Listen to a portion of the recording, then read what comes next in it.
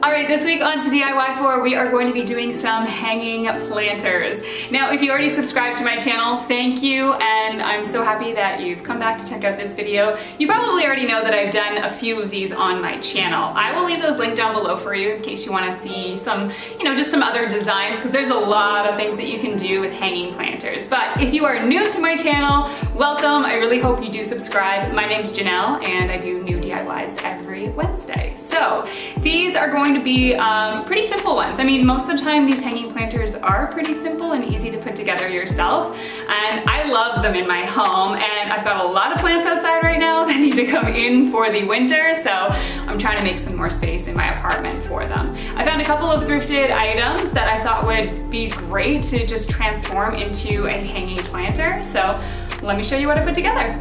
So first we're gonna start with this $5 wooden tray that I found. I think maybe it's something for like in the kitchen or a centerpiece, I don't really know.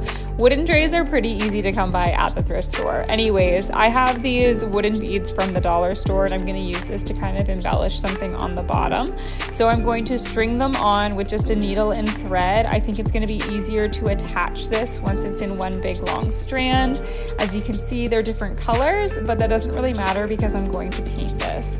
So I've got kind of a little different pattern with the larger and smaller beads. I'm just going to hot glue this strand now to the bottom, and I've spray painted it. So I went with gold, and originally I had this idea to actually glue all of these sticks around the outside. So this is a thrifted bamboo placemat that I had, and I cut it apart with some wire cutters and cut all of these little sticks, and they were going to be uneven.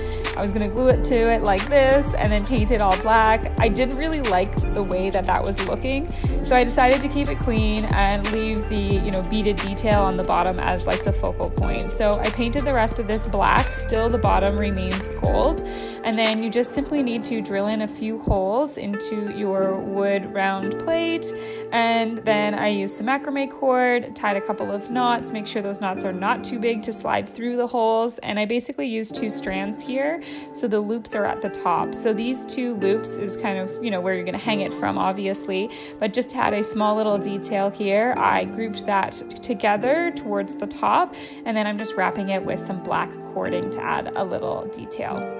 For my second one, you might recognize this plate from a DIY that I did last week, and I made some really cool a wall hanging decor piece with it. They're beautiful. I just found 2 of them at the thrift store, so I bought both of them, and I knew I could thrift them.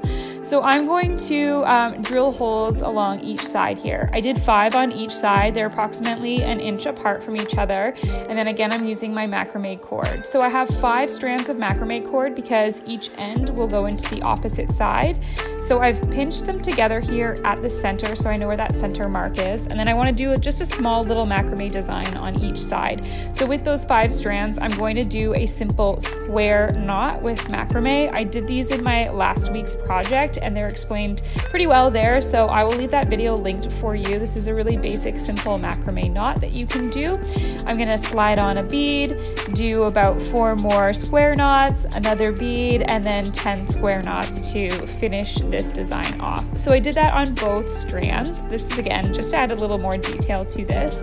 And then the remaining strands, or the bottoms of all of those threads, will now be threaded into each hole, and again just knotted. So you just want to make sure when you're doing this that you're making sure that those knots are all in the same spot so that your plate doesn't sit kind of wonky and uneven. So I kind of just tried to mark this as best as I could, pulling it up each time. You kind of have to adjust the knots as you go, and then you just cut off all of the excess.